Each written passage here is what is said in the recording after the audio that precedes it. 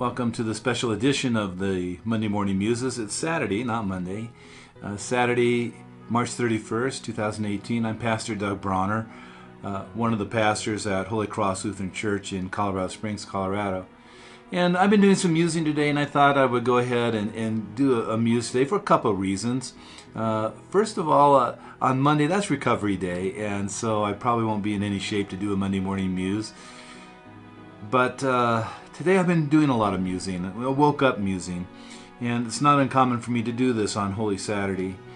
Today I've been thinking about my loved ones who have died in the faith. Specifically, I've been thinking about my dad and my sister. I'll get to that in a moment, and we'll talk about that. But let's talk first of all about waiting and how difficult it is for us to wait. I have a difficult time when I buy something on Amazon to wait for it to come. I'm even an Amazon Prime member, and I have a hard time waiting for it to come 2 days later after I push the button. Kind of like I expect that when I push the button, I can just go downstairs and open the door, and there magically will be the package waiting for me at the front door. In so many ways, we get things instantaneously. And it builds up our expectations that that's the way life ought to be, and that waiting is not normal for us, and waiting becomes difficult for us. It's one of the reasons why I like to garden, though, because it forces me to wait. You know, it's a month that I have to wait. Right now I'm in the waiting time period for to be able to get out into the garden and plant. Here in Colorado Springs, you don't dare plant anything that's frost sensitive until after Mother's Day, and sometimes that could be even dicey. Remember, in 2001, it snowed on June 13th here in Colorado Springs. It wasn't freezing, but it did snow that day, and it didn't stick, but that was one of my introductions only a couple years after I moved here. Anyway, waiting for the garden to grow, right? You plant the seeds, you plant the plants, you wait for them to germinate, you wait for the produce of that plant to start growing, and it's all about waiting. Carrying and doing, it's not like you're not doing anything during that time period. A lot of time spent weeding and fertilizing, watering, all that stuff you got to do in the garden, but you don't get the produce yet. Holy Saturday is about waiting.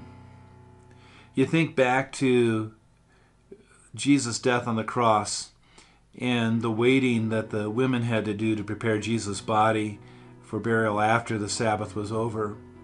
Now their hearts must have been hurting and difficult. And then after the Sabbath was over that evening, they went and bought the spices and prepared the spices. They get up early in the morning to prepare Jesus' body, and how difficult it is for them to wait. But we also say on this Holy Saturday that this is a day we remember our loved ones who've died in the faith. And that's why I said earlier that I remembered this morning my father, Ken Bronner, and my sister, Janine Bronner. And my dad died 10 years ago, and my sister 8 years ago. And remembering them, remembering my in-laws who died not that long ago, both my father-in-law and my mother-in-law, and other people in my life that will come to my mind during the day. And they're waiting, right? They're waiting for Christ to return just as we are, and to come in His glory. But today is that special day of waiting. So I would encourage you today, too, to think about your loved ones who've died in Christ.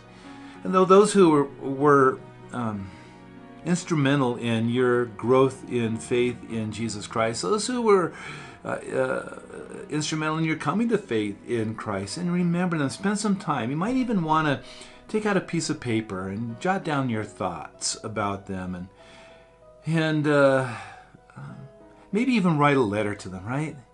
And what they meant to you or something like that. It could be a good thing to do today as we wait. As we wait for tomorrow, as we wait for Easter, as we wait for the resurrection of Jesus Christ, the victory won over death, and rejoice in that. But let's take today, this day of waiting. And yeah, I know it's preparation. We're like those women who prepared the spices the night before they could go to the tomb. We're getting ready for tomorrow, and all cleaning house and doing all that other stuff and getting ready for our celebrations. But take a moment and think about your loved ones that that knew Christ, that still are in his arms in the church triumphant. It's okay to cry. It's okay to think about the pain. I did that this morning myself. It kind of surprises me sometimes when that hits me, and I don't expect it, but I was missing my dad, especially today. And yeah, it's been 10 years, but there's still times tears can come. But then we have the triumph of the resurrection. We can do this because we already know the outcome of what's going to happen. And then that Christ is going to return. So here's something else you can do today. I posted a picture on the Holy Cross Facebook page. And it's actually a picture just as a curiosity. It's from Peru, and it's these raft of logs, people in their work, their labor that they are doing at sunset. And I tried to, for me it was speaking of the sunset of life in the midst of the labors of life too. And I'm thinking of my dad. He worked so hard. He was a great artist, and he worked hard at his task. If you might be able to see the picture that's off to the right of me that's unfinished, that is the picture that my father was working on just before he passed away. And never got finished. It means nothing to know anybody else. It means a heck of a lot to me. And I'm so grateful to have it in my office. It's a good day. And I pray you have opportunity to reflect. Anyway, what I was going to say is you can go to the Holy Cross Facebook page, and I posted that picture with a Bible passage from Revelation.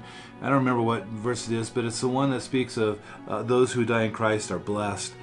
And then I encourage people to write something in the comments about their loved one that has died in the faith and what they meant to them. Feel free to do that and keep that conversation going as we don't get too much in a hurry to get to tomorrow, and use this day of waiting as a good day. Anyway, I hope that you will enjoy your Easter worship tomorrow. At Holy Cross, we're going to have a worship service at 6:30 in the morning, an Easter sunrise service, and then our regular services at 8, 9:30, and 11. We'd love to have you join us if you live in the Colorado Springs community and don't have a church home. But if you're somewhere else, I hope you'll join your brothers and sisters at your church in celebrating Christ's victory over death. Have a blessed day.